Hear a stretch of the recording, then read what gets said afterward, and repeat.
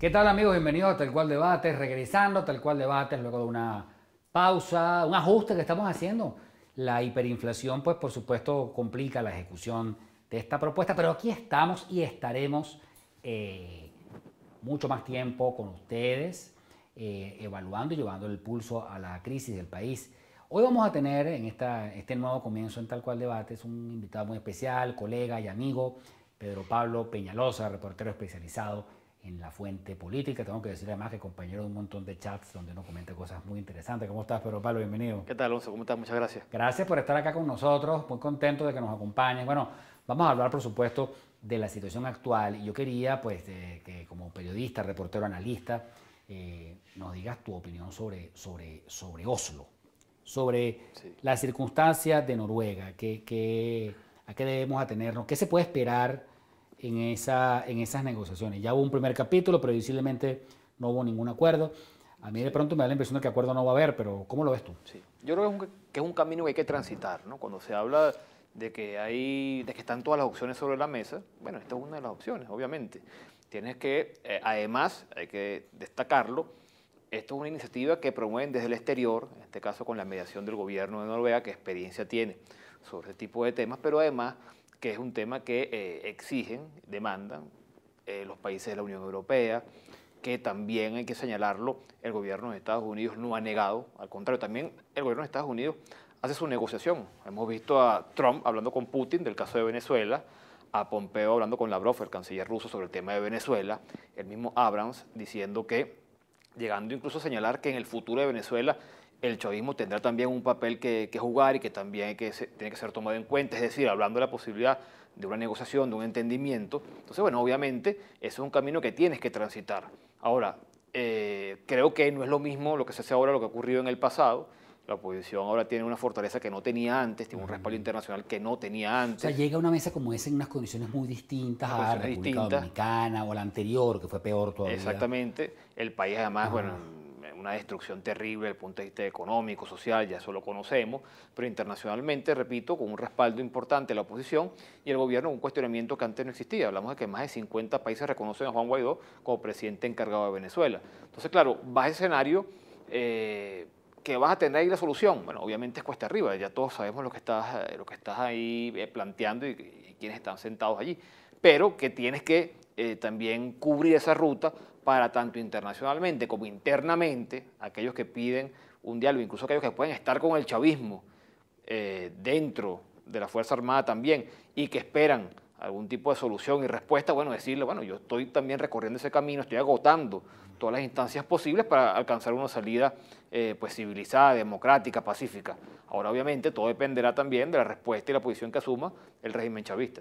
claro, es decir, que quizás lo interesante de Noruega sea que es un dispositivo que podría activar nuevos desarrollos.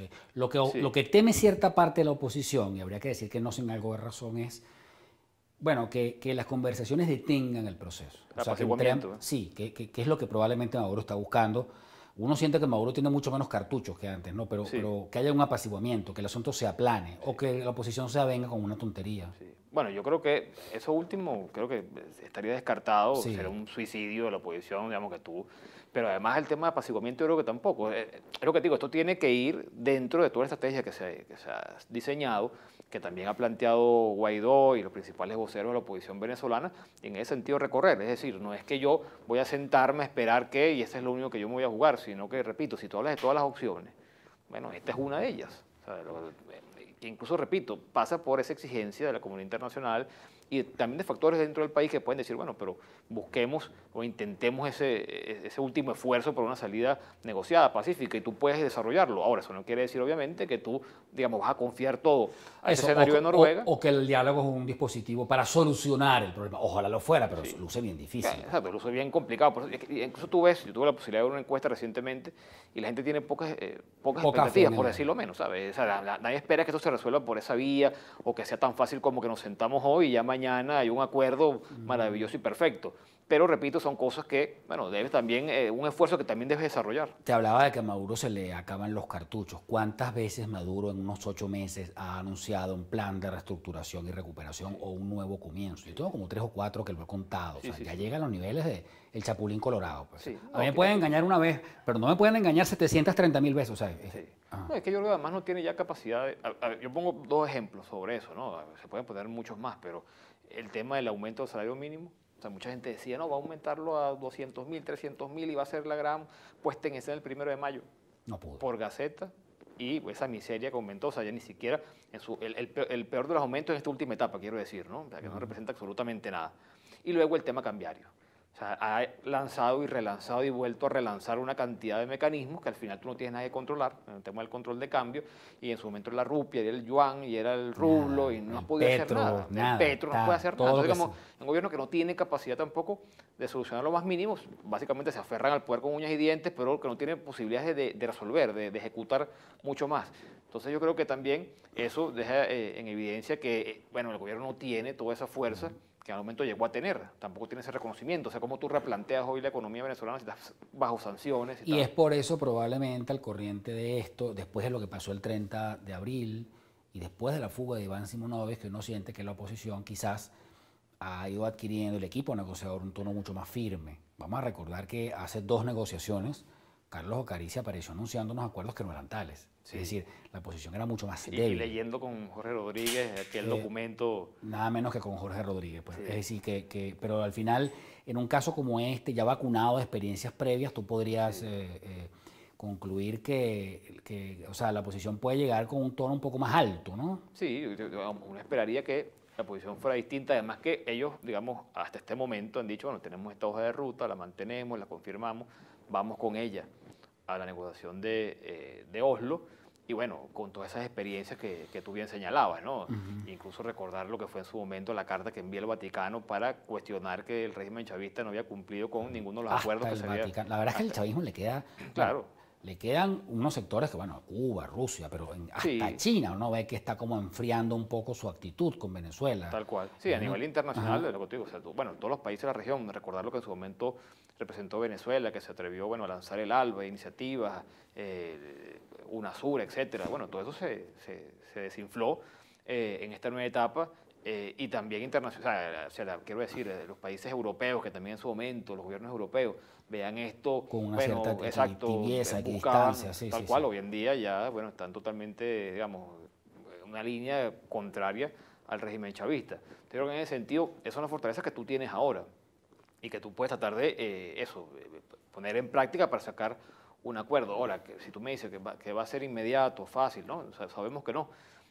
También creo que es importante aterrizar las cosas y ser de alguna manera lo más objetivo posible.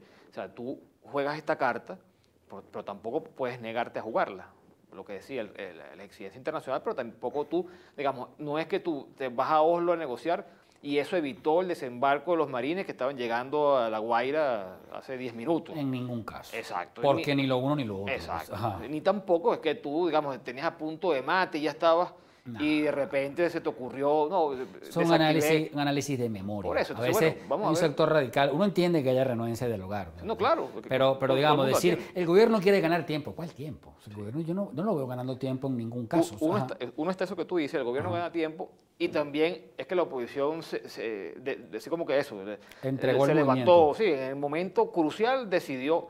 Creo que tampoco es así. O sea, hay que ver las cosas con las fortalezas que hemos descrito, con también las debilidades que tienes, y eso no quiere decir que tú no avances en otras líneas, ¿sabes? Y eso lo demostró el 30 de abril. Es decir, esto es un problema extraelectoral, es una crisis de Estado, no es un asunto técnico electoral. Hay un sector del mundo opositor, el quietismo, quietismo radical, que bueno, es muy pequeño, como el radical, pero hace mucho ruido, y probablemente ellos quisieran que la oposición se esté toda la vida en Noruega, pase un año negociando a ver qué pasa, y si se para a la mesa van a decir que es un error político.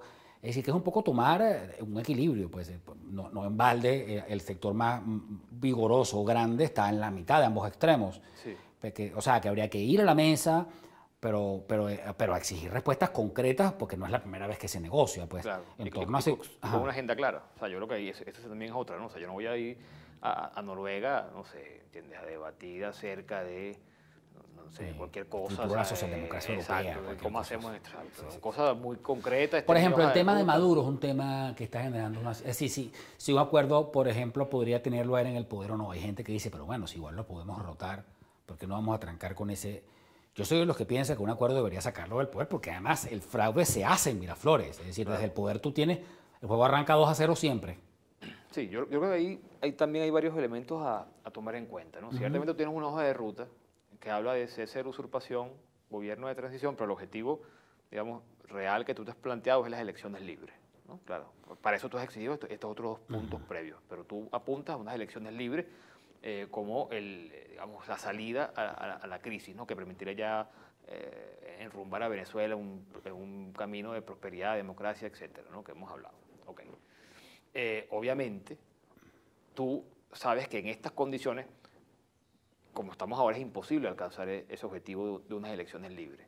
Yo creo que ahí la negociación, bueno, tú tienes que explorar una serie de vías. Por ejemplo, aquí sale una intervención extranjera. Bueno, podría ser posible, pregunto, una intervención, pero electoral extranjera. ¿Qué quiero decir? Exacto. Que venga, bueno, la Unión Europea, OEA, organismos que sean reconocidos, que exijan unas condiciones, que se haga una reforma del CNE y bajo esas condiciones tú vayas a unas elecciones que puedan ser, digamos, una salida a la crisis.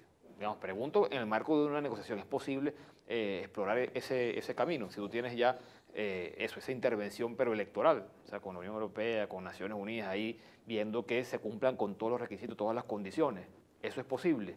Avanzarlo. Digamos, creo que son temas que tú tienes que evaluar. Bueno, y que probablemente no vas a poder, como en otras transiciones, tenerlo todo de una sola vez. Claro. Yo digo que, si tú ves el estatuto... por ejemplo, cuando Pinochet entrega, quedó jefe del Senado, senador vitalicio, comandante en jefe de las Fuerzas Armadas, claro. Y los radicales de aquel momento, que eran la gente más de izquierda, decía esto es una farsa. Pablo Milanés, por ejemplo, no pisó Chile en 10 años porque eso era, él decía que esa era una dictadura disfrazada. Claro. O sea, era como el María Corina, el sector más extremo de uno de los dos.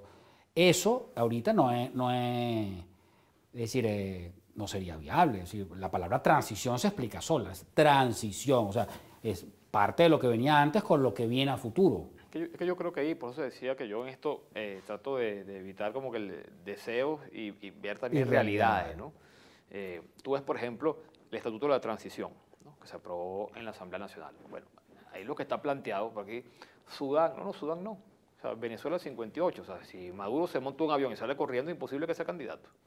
Exacto. ¿No? Sí. Entonces apartamos ese hecho. Ajá. O sea, si él viene, agarra, sale corriendo y aquello se divide en 1000 pedazos del chavismo, se viene a menos, bueno, entonces obviamente se aplica el estatuto, se reforma el CNE, en un periodo que ahí se da máximo un año, se convoca esas elecciones y bueno, perfecto. Ahora, eso es, repito, el escenario ideal, no viendo experiencias extranjeras, sino lo que pasó también en Venezuela en el 58, cuando bueno, sale el dictador, y aquí entonces todo esto facilita una transición y un cambio, y el presidente llega a ser entonces Rómulo Betancourt. Bueno, ok. Eso es una vía. La otra vía es la que te digo, bueno, se tranca por ese lado. ¿Qué puedes tú aspirar para avanzar y llegar a esas elecciones libres que permitan ese cambio? Porque si uno se pone a ver, caso 30 de abril, por ejemplo, por las declaraciones que se han dado, ¿no? Si eso hubiese prosperado, bueno, tú te quedabas con Michael Moreno, repito, según las declaraciones de voceros norteamericanos, básicamente. Michael Moreno como jefe del Poder Judicial y Vladimir Padrino como jefe de la Fuerza Armada. Si es cierto, repito, esas declaraciones que están involucrados. Entonces tú tendrías a Guaidó como presidente, jefe de Estado, bueno, es una cohabitación compleja. La oposición como jefe del Parlamento y con Michael Moreno en el Poder Judicial y Padrino en la Fuerza Armada, que tú con estos dos elementos tienes más que influir, se llama eso, ¿no? ¿Qué quiero decir con esto? Tienen fama de chavistas por algún motivo. Por eso digo, o sea, que incluso ese escenario, que en teoría en 24 horas resolvía el tema de sacar a Maduro, era incompleto y no muy... tampoco era cualquier cosa, ¿no? Tampoco era tan sencillo. Quiero decir es para que uno se vaya colocando... Que la transición no es en realidad que hay que comerse por partes. Claro, pues, y ver también hasta dónde tú puedes llegar, qué tanto yo puedo aspirar, qué tanto yo puedo avanzar.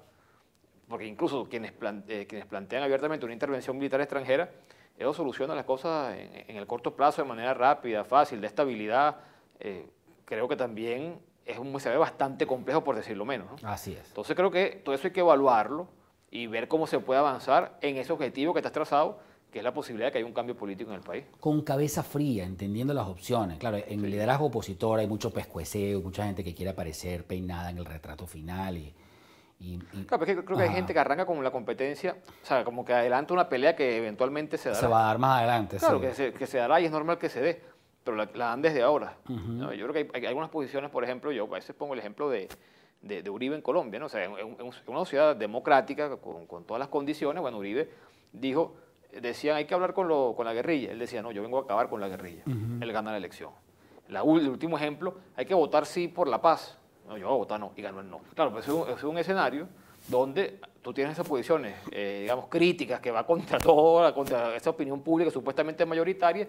Bueno, pues tu voto va a ser respetado, va a ser contado y tú vas a ganar. Y así ha ganado Uribe, eso, para poner un ejemplo, que quizás, pero esas otras condiciones. O sea, aquí tú tienes ahorita más bien que buscar, incluso en medio de las diferencias que pueden existir en el campo opositor, bueno, potenciar las coincidencias, unirte en un bloque y enfrentar, porque lo que está al frente, o sea, no es que vas a unas elecciones donde tú desde ya puedes comenzar a destacar esas diferencias y esas discrepancias, sino al contrario, tienes que disminuirlas en este momento y eventualmente creo que llegará ese momento para que, bueno, haya esa competencia ahora sí en condiciones y tú podrás, bueno, ir contra todo y seguramente ahí habrá gente que vote por tu tendencia y cada voto contará, es distinto, pero creo que es un tema de medir los tiempos. Yo respeto la posición que tienen todos, en verdad.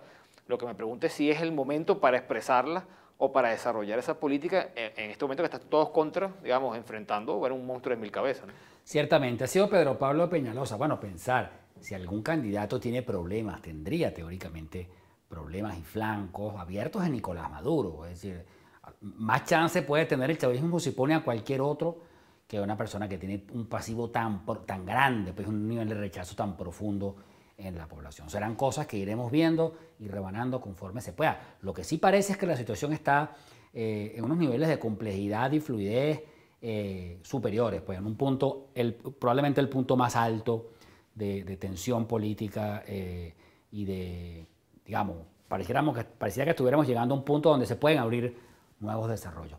Ha sido Pedro Pablo Peñalosa, analista político, periodista, reportero venezolano, quien nos ha acompañado en esta entrega de Tal Cual Debates. Hemos regresado, los espero entonces en una próxima oportunidad.